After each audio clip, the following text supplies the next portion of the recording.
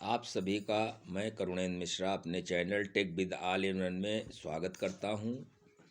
आप सभी देख रहे हैं कि राम मंदिर के निर्माण के बाद समस्त भारत राममय है और मथुरा और ज्ञानवापी सब मामले जो है वो न्यायालय से ही निर्णीत होने हैं और उसके बाद ही सब कार्य होने हैं।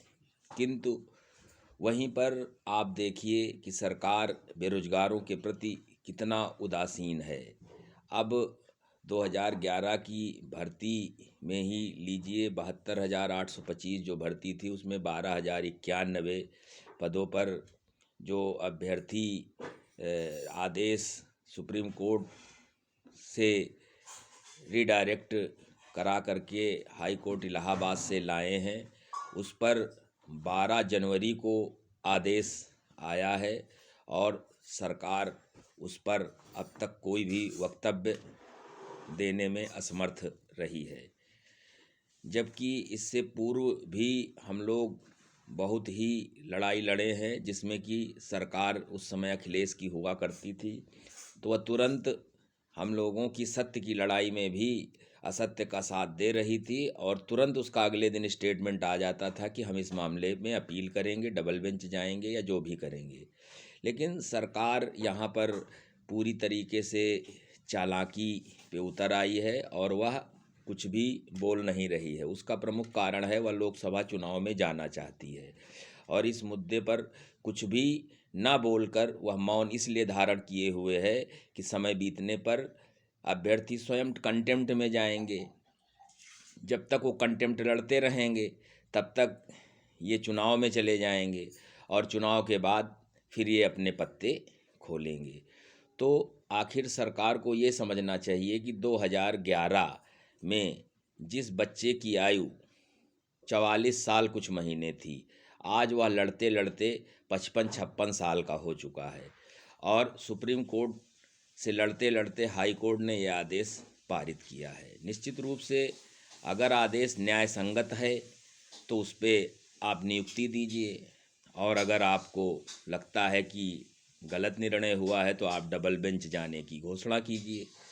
लेकिन जिस तरह से स्थिति बनी हुई है उसका प्रमुख कारण राजनीतिक कारण है, क्योंकि इस मामले में ये अगर डबल बेंच जाते हैं तब भी इनका जो है वोट का नुकसान होना तय है।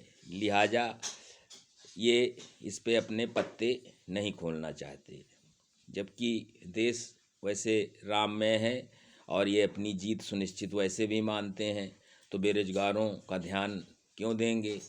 तो स्थितियां ये नज़र आ रही हैं।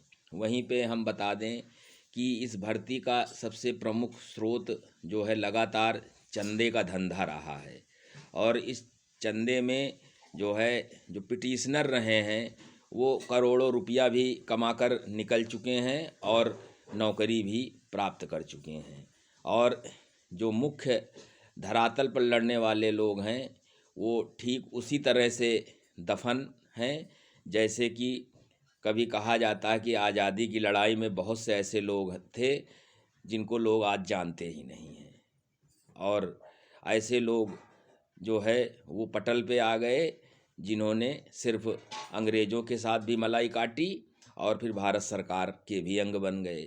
तो स्थितियां वही बनी हुई हैं। आज अगर मुख्य याची रहे काफ़ी लोगों की आय से अधिक संपत्ति की जांच करा दी जाए तो वह शिक्षक के पद पर रहते हुए सपरिवार इतनी संपत्ति इतना पैसा कहाँ से बना लाएं, वो शायद जवाब नहीं दे पाएंगे और वो नौकरी तो जाएगी ही उनकी और वो जेल में होंगे।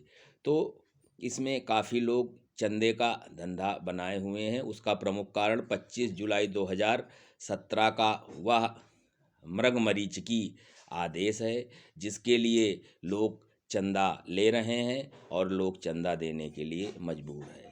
आखिर माननीय न्यायालय ऐसे आदेश क्यों पारित करती है जिसका वह सरकार से अनुपालन नहीं करा पाती।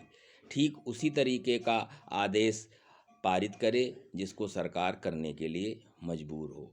हम इस वीडियो के माध्यम से यह भी कहना चाहेंगे कि कुछ चैनल में हमारे साथी ही लगे हुए हैं, जो कि प्रमुख लोगों के बीच का लाइजनर का काम कर रहे हैं। और कहते तो ये हैं कि इनको एक पैसा चंदा मत दीजिए, लेकिन वह चंदे के धंधे को बढ़ावा देने में ही लगे हुए हैं। हम चाहते हैं कि 72,825 भर्ती पूरी तरीके से अब क्लोज होनी चाहिए और इसमें चंदे का धंधा अब बंद होना चाहिए। लड़ाई क्लोज होनी चाहिए। सरकार को भी चाहिए और न्यायालयों को भी चाहिए कि इसका पटाक्षेप कर दे।